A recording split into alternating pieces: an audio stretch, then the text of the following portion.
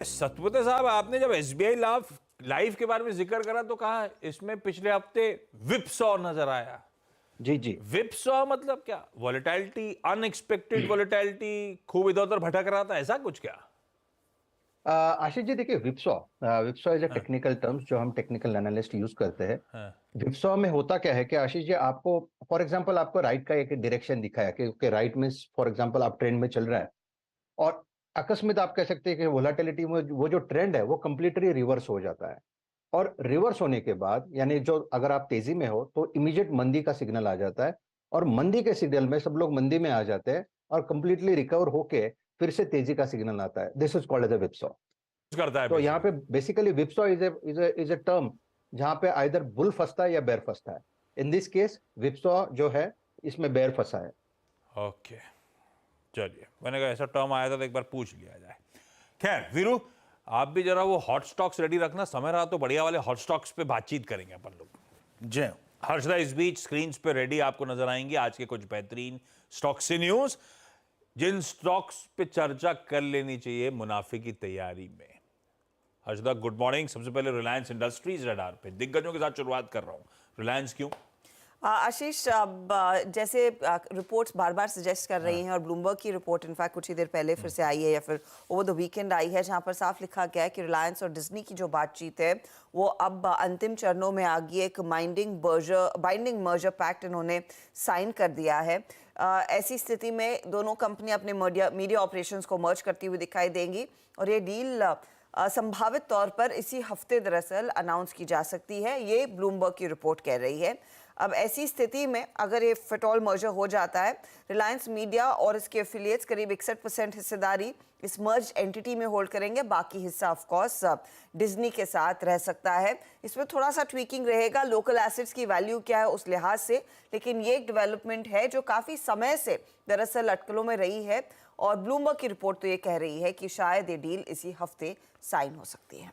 ये डील इसी हफ्ते शायद साइन होती हुई नजर आए। ध्यान रखिएगा, ब्लूमबर्ग की रिपोर्ट है जो ऐसा सजेस्ट कर रही है। बैती साहब, रिलायंस इंडस्ट्रीज काफी मदद करी है ऑफ लेट स्टॉक ने, इस हेवी वेट ने इंच अप करते करते 3000 के जोन्स पे खड़ा हुआ है। कैसा प्लेस नजर आता है चार्ट्स पे आपको? जी आशीष जी, सिंगल हैंडेडली इसने निफ्टी को सपोर्ट दिया, और जिस हिसाब से निफ्टी ऑल टाइम हाई पे खड़ा है उसका में बहुत बड़ा कंट्रीब्यूशन रिलायंस का रहा है। और जिस हिसाब का सेटअप बना हुआ है, हमें लग रहा है वेल प्लेस्ड है यहाँ से एक फ्रेश तेजी दिखाने के लिए। तो 3100 के टारगेट के लिए इन लेवल्स पे भी खरीदारी की ही सलाह है हमारी रिलायंस में, या कोई भी डिप आए तो उसमें पोजीशन ऐड करने की सलाह है। जो स्टॉप लॉस में मेंटेन करना है 2960 का, 2960 का एक एसएल मेंटेन करे, 3100 के टारगेट के लिए इसमें पोजीशन बनाई जा सकती है। इंडस्ट्रीज, क्योंकि इस दिग्गज की चर्चा हुई, शुरुआत में हुई क्योंकि इंपॉर्टेंट न्यूज थी, और ये स्टॉक जैसे बहती साहब मेंशन भी करते सिंगल हैंडलली ड्राइव कर रहा है, संभाल रहा है बाजार को, तो अपफ्रंट बातचीत करने की जरूरत। पर ध्यान रखें, जो प्लेटफॉर्म पे हम बैठे हैं, जिस पे आप हमें सुन रहे हैं, इस प्लेटफॉर्म सीएनबीसी आवाज का स्वामित्व प्रबंधन रिलायंस इंडस्ट्रीज के पास है। तो कोई ट्रेड वेड लेने का मन बन रहा हो आपका, तो एक इंडिपेंडेंट फाइनेंशियल एडवाइजर से भी कंसल्ट कर लीजिएगा। दिग्गजों की बात करी तो रिलायंस इंडस्ट्री से शुरुआत जरूर कर दी। सचिन, दो स्टॉक्स प्लीज नजर पे रखिएगा, कोटक महिंद्रा बैंक और एचडीएफसी बैंक। ये दोनों सबसे कमजोर कड़ी रह चुके हैं निफ्टी बैंक की। दोनों खबरों में, इसीलिए कह रहा हूं एक बार नजर रखिएगा इन स्टॉक्स पे। मैं आऊंगा आपसे बातचीत करने। हर्षदा, दोनों दिग्गज बैंक्स क्यों रडार पे? यहाँ पर दोनों दरअसल फोकस में इसीलिए आ रहे हैं आशीष, क्योंकि जो डेवलपमेंट है वो इनके इंश्योरेंस बिजनेस से जुड़ा हुआ है। कोटक महिंद्रा बैंक, जहाँ पर ज्यूरिक इंश्योर करीब 70% स्टेक कोटक जनरल में खरीदता हुआ दिखाई देगा। 5560 करोड़ में सौदा होने का आसार बनते दिखाई दे रहे। पहले इरादा था 51% स्टेक सेल का, और फिर बाकी 19% अगले 3 सालों में। लेकिन अब ये जो डेवलपमेंट्स आ रही कि 70% स्टेक सेल के साथ शुरुआत होती हुई दिखाई देगी। दूसरी तरफ एचडीएफसी बैंक को अप्रूवल मिल गया है कि 90% स्टेक ये एचडीएफसी क्रेडालिया में बेचते हुए दिखाई देंगे, इसीलिए दोनों ही काउंटर्स आज फोकस में। ओके, अब ये इंपॉर्टेंट है, एचडीएफसी बैंक स्टेबलाइज हुआ है नहीं हुआ है, बॉटम बन चुका है नहीं बन चुका है। एक दिन चला तो लगा था सब बदल रहा है, जब मैनेजमेंट की कमेंट्री बढ़िया सी आई थी, पर अगले 2 दिनों में वो सारे गेन्स गवा भी दिए थे HDFC bank. Sachin, HDFC bank कैसा प्लेस्ड, और एक रैंक अंडर परफॉर्मर दूसरा कोटक महिंद्रा बैंक। खबर अच्छी है, कोई खरीदना चाहता था 70% स्टेक स्टैगर्ड वे में, अब अपफ्रंट खरीदना चाहता है। तो सारा पैसा एक मुश्त आएगा और टर्म्स उस डील के कोई कॉन्टोर्स बदल नहीं रहे, बस बदल ये रहा है कि 51 और 19% पहले खरीदना था, अब एक साथ एक मुश्त 70% खरीद लिया जाएगा इसके जनरल इंश्योरेंस आर्म का। खबर अच्छी है। कैसे देख रहे हो आप इन दोनों स्टॉक्स को? कोई दमखम है किसी में क्या? देखिए, अगर दोनों का प्राइस एक्शन देखें स्पेशली वीकली चार्ट्स पे तो काफी सिमिलैरिटीज थी। इवन कोटक महिंद्रा बैंक में भी जिस तरीके से एक बिकवाली की ट्रेंड रही है 1900 लेवल से, एक लो टॉप लो बॉटम सीक्वेंस यहाँ पर काफी डोमिनेंट रहा है। बट इमीडिएट बेसिस पे डेटा अगर देखें तो 1700 के आसपास एक अच्छा सपोर्ट बेस इसने वैलिडेट किया था। एंड प्लस इसका जो 200 वीकली एक्सपोनेंशियल मूविंग एवरेज भी प्लेस्ड है वो 1720 के आसपास है। तो मुझे लग रहा है कहीं जाकर ये संकेत काफी अच्छे हैं। एक स्टेबल मूव यहाँ से नजर आ सकती है एंड प्रोबेबली ट्रेंड चेंज एक ब्रेकआउट के बाद नजर आना चाहिए 1760 के ऊपर। तो मुझे लग रहा है यहाँ पर खरीदारी करने में कोई हर्ज नहीं है। लॉन्ग टर्म के लिहाज से एक काफी इंपॉर्टेंट सपोर्ट क्लस्टर है। सो यहाँ पर कोटक महिंद्रा बैंक में जरूर खरीदारी की जा सकती है। मोमेंटम के लिहाज से मुझे लग रहा है 1760 के ऊपर ही मोमेंटम को चेस करना चाहिए। बट पोर्टफोलियो के लिहाज से 1720 एक अच्छा अक्यूमुलेशन जोन बन सकता है। जहां तक एचडीएफसी बैंक का सवाल है, पिछले हफ्ते में यहाँ पर एक काफी अच्छा बुलिश हैमर फॉर्मेशन नजर आया था। बट जिस तरीके से एक पैटर्न की कंफर्मेशन की जरूरत है वो पर्टिकुलर कंफर्मेशन यहाँ पर अभी तक हुई नहीं है। सो इमीडिएट बेसिस पे मुझे लग रहा है 1460 1450 के आसपास का सप्लाई क्लस्टर बरकरार रहना चाहिए। एंड नीचे मुझे लग रहा है 1400 के आसपास का एक सपोर्ट है। तो आई थिंक यहाँ पर थोड़ा सा रेंज बाउंड रह सकता है। यहाँ पर खरीदारी इमीडिएटली करने की सलाह नहीं होगी। बट कोटक महिंद्रा बैंक में 1700 के आसपास अच्छा डिपेंडेबल सपोर्ट है। थोड़े से लॉन्ग कमिटमेंट लिए जा सकते हैं। कोटक ज्यादा बेहतर प्लेस्ड, खरीदारी करने का मन बन रहा है इन दोनों दिग्गज प्राइवेट बैंक्स में से तो किसी में बनना है तो वो कोटक महिंद्रा बैंक, इसमें खरीदारी करें। सैडली एचडीएफसी बैंक में अभी भी स्टेबिलिटी के साइंस नजर नहीं आ रहे। ये दिक्कत सरदर्द फिर बाजारों के लिए भी है कि सचिन जैसे एक्सपर्ट्स अभी भी क्वेश्चन मार्क लगाए हुए हैं उस दिग्गज हैवीवेट पे। चलिए, ये निफ्टी के कुछ इंपॉर्टेंट कॉन्स्टिट्यूएंट जो रेडार पे थे। अब चलें कुछ वायदा बाजार के इंपॉर्टेंट कॉन्स्टिट्यूएंट अदर देन ये निफ्टी 50 वाले। इसमें एसबीआई कार्ड्स, और इसने बहुत डिसअपॉइंट किया और इसका सरदर्द शायद खत्म नहीं हो रहा है। मानस, चार्ट्स पे रेडी रखना आप एसबीआई कार्ड्स, आपके पास आ रहा हूं, कैसी पोजीशनिंग है? अजदा, क्या कहानी? ये जानकर डेटा कंपनी शेयर करती है तो वहाँ पर मार्केट शेयर कंपनी खासा लूज करती हुई दिखाई दे रही है। अब ओवरऑल फुटप्रिंट कैसा बना है मैं बताती हूँ। कार्ड जो इंडस्ट्री लेवल है परफॉर्मेंस जनवरी के महीने में 20.68% तक की ग्रोथ देखने को मिली है, लेकिन एसबीआई कार्ड सिर्फ 14.78% ही बढ़ा है। स्पेंड्स में आप देखिए इंडस्ट्री वाइड 30% से ज़्यादा की ग्रोथ है। एसबीआई कार्ड के केस में ये सब 26% ही ग्रो होते हुए दिखाई दिए स्पेंड्स। लेकिन एवरेज टिकट साइज जहाँ पर इंडस्ट्री के लिए 8% बढ़ा है, एवरेज टिकट साइज एसबीआई के लिए थोड़ा बेहतर है, 10% के आसपास। अब आते हैं मार्केट शेयर ऑफ कार्ड्स। तो ओवरऑल कार्ड्स का मार्केट शेयर 18.7% के आसपास है। यहाँ पर एसबीआई का ओवरऑल मार्केट शेयर है और स्पेंड्स 18.43% ओवरऑल मार्केट में इनके रहे हैं। तो इनका परफॉर्मेंस इतना इंप्रूव हो नहीं रहा है, चाहे आप ईयर ऑन ईयर देखें या फिर मंथ ऑन मंथ। तो थोड़ी सी निराशा उस लिहाज से बरकरार। डिसअपॉइंटिंग, मार्केट शेयर लूज कर रहा है। इंडस्ट्री इनसे बेहतर परफॉर्म करेगी जनवरी में, इनसे बेहतर ग्रोथ डिलीवर करेगी। तो आसान शब्दों में इनके मार्केट शेयर और लूज होता हुआ नजर आ रहा है, दिक्कतों में। ऐसे में मानस, चार्ट्स पे कैसा प्लेस्ड है एसबीआई कार्ड्स? क्या करोगे आप? डेटा जो हर्षदा शेयर कर रही जनवरी का, वो इनके लिए फंडामेंटली तो कमजोर है। तो देखिए, पिछले हफ्ते एक छोटा सा पुल बैक जरूर देखने को मिला। स्टॉक ने रिकवरी दिखाई लोअर लेवल पे, बट अभी भी स्टॉक एक बहुत ही इंपॉर्टेंट हर्डल जो कि 755 760 की रेंज में है, उसके नीचे ट्रेड कर रहा है। तो जब तक 760 के ऊपर आने के लिए तब तक आपको खरीदारी नहीं करनी है अग्रेसिव होकर। लेकिन अगर आपने लॉन्ग पोजीशन बना ली है तो एक स्टिक स्टॉप लॉस लगा के रखिए 722 रुपए का। 722 के नीचे जाए तो आपको डेफिनेटली स्टॉक से निकलना पड़ेगा।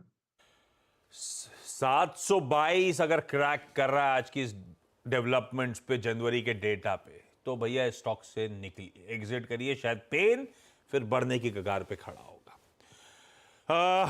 एक और वायदा का स्टॉक, डिक्सन टेक्नोलॉजीज। सतपुते साहब, चार्ट रेडी रखना आ रहा हूं आपके पास, पर एक नहीं दो खबरें हैं शायद इसमें। आशीष, एक तो इनकी सब्सिडी जो पैजेट इलेक्ट्रॉनिक्स है, उन्होंने करार किया है। एक मैन्युफैक्चरिंग अग्रीमेंट दरअसल इन्होंने साइन किया। टाइवानीज कंपनी है, Compal smart devices India private limited करके उनके लिए मोबाइल मैन्युफैक्चरिंग करेंगे। तो वो एक खबर है। दूसरी खबर जो है, देहरादून में दरअसल इन्होंने एक फैसिलिटी शुरू कर दी है जहां पर ये वॉशिंग मशीन्स मैन्युफैक्चर करते हुए दिखाई देंगे। इसीलिए वो स्टॉक्स दोनों ही खबरों के चलते आज फोकस में रहेगा। इंटरेस्टिंग है। एक और कंपनी के लिए, ये कौन सी कंपनी का ब्रांड है इसको देखा है? नहीं, मैं वही ढूंढ रही थी कि क्या ब्रांड है, बट कॉम्पाल के नाम से ही इनके प्रोडक्ट। हो सकता है उतरना चाहते हो बाजार में पता नहीं, जो भी है। एक और क्लाइंट जोड़ता हुआ पैजेट इलेक्ट्रॉनिक्स के साथ मोबाइल मैन्युफैक्चरिंग के लिए, और वॉशिंग मशीन का मैन्युफैक्चरिंग प्लांट शुरू करते हुए।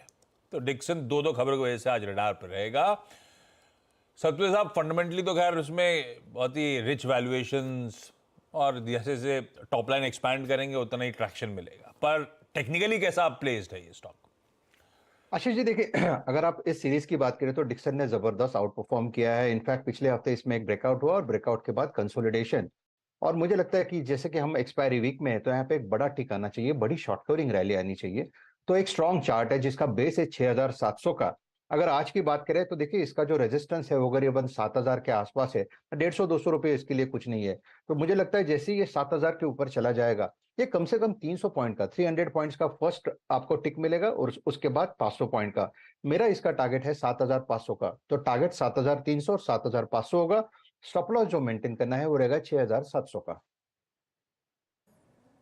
जी हाँ, यहाँ पे डिक्सन के बारे में एक बात कहना चाहता हूँ। यहाँ पे स्टैट्स में मेरे मौजूद था, और क्योंकि मैं इसको हॉट स्टॉक्स में लेने वाला था, लेकिन अब मैं लूँगा नहीं। बट याद रखिएगा, इसमें लगभग जून 2023 से, ये जून क्यों, आई मीन जनवरी 2023 से चली आ रही राइजिंग चैनल का ब्रेकआउट होने वाला है। ऑल टाइम हाई पे शुक्रवार को क्लोज हुआ था। एक और बात, इसमें शॉर्टिंग नहीं थी इस स्टॉक में, याद रखिएगा, कोई शॉर्ट नहीं थे इसमें। इसमें अब तक जो भी हुए हैं वो है लॉन्ग रोलोवर्स। 28% रोलोवर्स स्ट्राइक कर चुका है। वाइट गुड सेगमेंट में, कंज्यूमर स्पेस में सबसे स्ट्रॉन्ग रोलोवर्स आशीष, और टेक्निकल सेटअप डिक्सन का लॉन्ग ओनली, और 28% रोलोवर हुआ आशीष। स्टैट्स बहुत स्ट्रॉन्ग आशीष। अब स्टैट्स बहुत स्ट्रॉन्ग, खबरें अच्छी, डिक्सन रखिएगा आज रडार पे। गावा सर, मुझे पता है आपने देखी नहीं होगी, लेकिन आप देखोगे तो आपको अच्छी लगेगी। आर्टिकल 370 एक मूवी आई है। बिल्कुल, बहुत अच्छी लगेगी, मुझे पता है।